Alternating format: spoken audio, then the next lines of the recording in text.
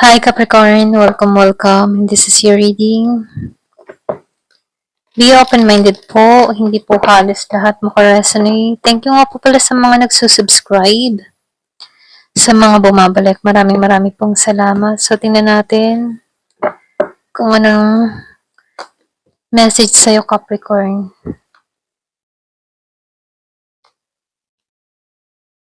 Yung iba sa inyo, binibigyan ka dito ng mensahe na huwag kang paghinaan ng loob. Meron nung nakitang travel patungo sa'yo. Iba sa inyo, pwedeng mahabang panahon ka na nag-iintay kung may pag-alis pa ba mangyayari sa'yo o wala. So, lumalabas dito, huwag kang mainip. Nakikitaan ko dito, merong parating sa'yo. Kung ang tingin mo dito, wala nang pag-asa, wala nang bagong simula. So, sinasabihan ka lang dito, be patient. Kasi dito, meron akong nakitang paglalakbay kang gagawin. Hindi mo lang to nakikita pa sa panahon ngayon. Pero dito, meron ditong nagpapahayag na makakaalis ka ng bansa. Yung iba sa inyo ha, kung meron kang apply abroad, be patient. So, sinasabihan ka din dito, meron ditong may bubunyag sa'yo eh. Dun sa iba, meron akong nakitang discover. Yung iba sa'yo, meron kang madidiscover, meron kang malalaman, merong ilalahad sa'yo, pwedeng balita to, or pwede rin meron kang binabago sa sarili mo.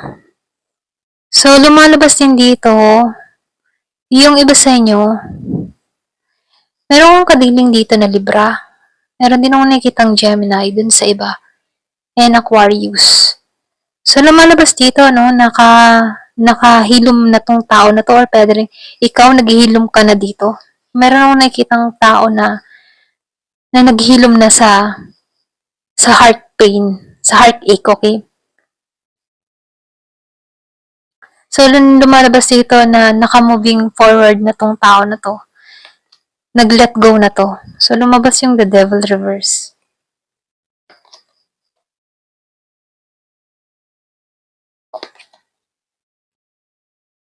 Yung iba sa inyo, inabandon na ka nito. Ito lang nakikita ko. May pang-abandon na nangyari sa inyo. Yung iba sa inyo, meron kang kadiling dito na Scorpio. Meron ding Pisces and Cancer. Tinalikuran ka nito. Inalisan ka nito ng walang paalam kahit hindi ka naman nagkulang. So, lumalabas din dito, meron pong nakuha sa'yo kung bakit inalisan ka nito. Importante sa'yo, okay? Or pwede rin, meron lang tong panlilin lang na ginawa sa'yo, okay? So, meron ako nakikitang lihim eh. Yung iba naman sa inyo, umalis to ng may dinadalang bigat na kalooban. So, lumalabas din dito, no? Yung iba sa inyo, hindi naman to toxic. Kaya lang, kailangan yung umalis dito dahil kailangan. Yung mga kailangan yung umalis dito dahil pwedeng meron siyang mga nilihim sa'yo or pwede rin sabihin na meron tong itinatama sa kanyang sarili or pwede rin gusto niya munang mapag-isa. So, meron tong mga reason kung bakit umalis to sa iyo ng biglaan. Malungkot din ang tao na to sa pag-alis sa'yo dito, okay? Yung iba naman sa inyo, nakikita ko dito, hindi ka totally na minahal ng tao nito, hindi buo yung pagmamahal niya rito. Pwedeng sinubukan ka lang dito, or pwede rin nag-attempt lang siya sa'yo. So, lumalabas dito, no, meron dito nahihirapan sa pera, merong nababangkrap, merong nalustay ang kaperahan, or meron dito na naubos, okay? So, lumalabas dito, pwedeng inalisan ka ng tao na to dahil walang-wala ka, okay? Meron akong nakikitang nalungkot eh, nalungkot sa pagkakaalis ng tao na 'to. Hindi ka naman toxic dito, kaya lang puwedeng hindi mo maibigay ang pangangailangan ng tao na 'to kaya inilisan ka nito.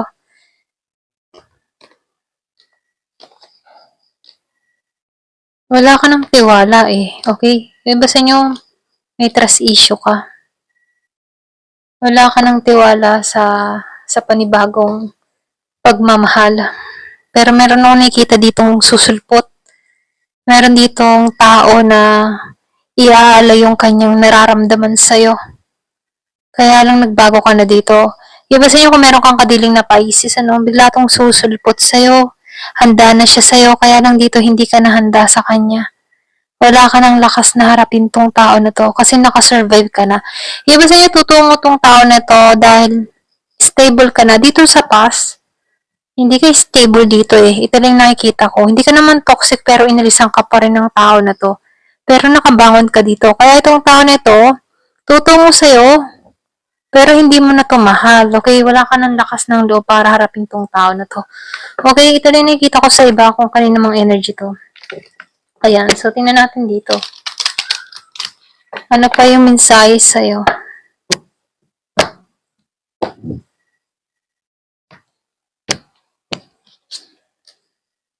Delay? Yung kanina, umpisa ng reading, sabi ko, dito na meron kang iniintay for travel. May delay lang to. Kung halimbawa, meron kang in-applyan dito na kung saan nag-failed ka sa unang attempt mo. Sa susunod na attempt mo, meron ditong ipagkakaloob sa'yo. So, sinasabihan ko lang dito, be patient. Natakbo yung oras dito. May delay lang, pero makakalis ka dito. Pisces, yung iba sa inyo meron kang kadiling na Pisces. Yung sabi ko kanina, meron ako nakikitang Pisces. So, confirmation, meron kang kadiling na Pisces. Babalik to sa'yo. Ito lang nakikita ko. Meron kang ex or meron kang kakalang Pisces. So, meron ako nakikita dito, handa na to eh. Handa na tong i-offer ang lahat para sa'yo. Kaya lang dito, wala ka ng lakas ng loob para harapin tong tao na to. Okay? Kasi dito, sikat ka. Merong sikat na tao dito, kaya may pera eh. Meron akong nakikitang sikat na tao dito, nanonood. So, meron din ako nakikitang Sagittarius. Meron kang kadiling na Sagittarius, yung iba sa inyo. Pwedeng meron kang makadiling dito na tao na sikat. Kung hindi ikaw yung sikat, meron ka ditong taong makadiling or meron magkaroon ng, meron ditong tao na magkaroon ng interest sa'yo na sikat. Kung ikaw ay walang ginagawa sa social media at ramdam mo hindi ka naman sikat, okay? Meron ditong sikat na tao na makakapuna sa'yo. Kaya lang, meron ka din ditong kalaban, ano? Meron na inggit. Meron na inis. Nagagalit. Kasi marami kang oportunidad na dumarating, nagbubukasan sa'yo ang oportunidad dito. Marami ka ng chance na ipinagkaloob. Kumbaga marami ka ng chance na ipinagkaloob dito sa tao na to, pero ganun pa man, mas binibless ka dito at maraming nagbubukasan ditong oportunidad sa buhay mo. Okay?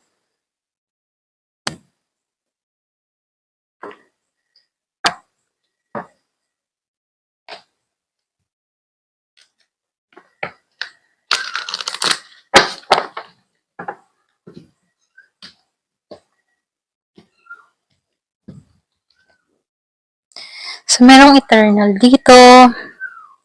Merong liberty. So, yung iba sa inyo, meron kang kalaban dito. Okay? May alam to. Kaya lang dito ka napatungo sa growth. So, meron ditong mortality. Blessing na yung parating sa'yo. So, may involved na magic. May magic.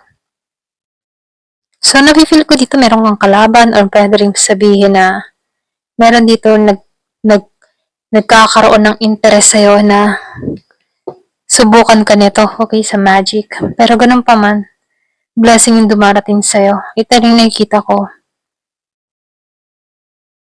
Meron akong nakikitang kandila dito. Yung iba sa inyo, meron ditong kandilang itim na pwedeng sinisindahan ka ng kandilang itim, pero ganun pa man, nangingibabaw sa yung puting kandila, okay? So, yung iba sa inyo, minumungkahi din, magsindi ka ng puting kandila, okay? Or pwede rin manalangin ka, magdasal ka. Meron ditong white candle, para nang sa ganun, no, matalo mo to. Kasi meron ako nakikitang magic. Yung iba sa inyo, meron ditong involved na black magic, pwede meron nag-i-intention sa'yo. Pinipigilan ng paglago mo dito, okay? So, itong tao na to, kaya nagiging mortal siya dito dahil meron siyang kaalaman. Ayan. Pero ganun pa man, kahit ano pa ang ginagawa ng tao na to sa'yo, ang blessing ay patungo pa rin sa'yo. Okay? So, meron ditong pinag-aaralan ka. Pwede ikaw yung unang biktima ng tao na to, pinag-aaralan ka. So, may naman no, magdasal ka palagi. Pray. Hindi halos lahat sa part na to.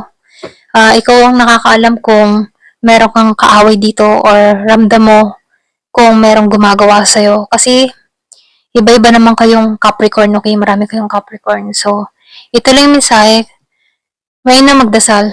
At syempre, magsindi ka ng white candle para sa spirit guide mo.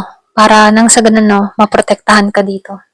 So, tingnan natin kung ano yung message sa'yo ng angel guardian mo.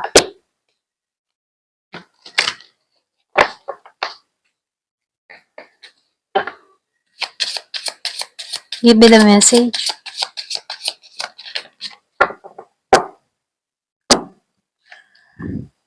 O, diba? Divine guidance agad. Yung sinabi ko kanina, meron ditong angel. Okay? Angel guidance. So, lumalabas dito, trust the guidance of your angel. Kumbaga, magtiwala ka, no? So, nakikita ko dito, ginagabayan ka para magtagumpay ka. Kung madalas mo makita yung 21-21, ginagabayan ka. Kahit merong mga gumagawa ng masama sa'yo, ang blessing ay patuloy, oh. Pinag-aaralan ka ng tao na to. Kasi meron akong nakikitang kalaban, ahas. Kitang-kita nito na marami nagbubukas ang oportunidad sa'yo. Kung meron kang ginagawa sa social media, kasi kapag meron kang ginagawa sa social media, maraming matang nakatingin sa'yo. So, dapat meron kang protection sa sarili mo. So, ano yung protection? Pray. Magdasal ka palagi.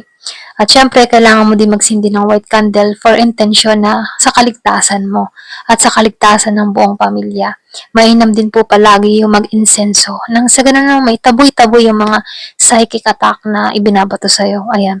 Kung ikaw man ay may nararamdaman parang nangingilabot ang ulo mo or pwede rin sabihin na nananakit ang ulo mo, hindi mo maintindihan kung bakit mo nararanasan yun, minsan kinakabahan ka nang wala namang dahilan. So, alam mo na, merong nag-i-intensyon. So, paano tatanggalin to? Magdasal ka ng Psalm 91 at syempre, mag-insenso ka. Okay? Mag-insenso ng bahay. Mainam din po ang magtanim kayo ng aloe vera para panipsip ng mga masasamang element. Okay? Kung meron nag-intention sa'yo, ayan, sisip-sipin nun para yung malas na ibinabato sa'yo ay nasipsip na nung aloe vera. Okay? Ngayon naman yun, so meron din mga halaman na kontra sa malas, kontra sumpa, kontra sa lahat ng bagay. Ayan. Ito lang yung nakikita ko. Ayan. Thank you for watching. Love and peace.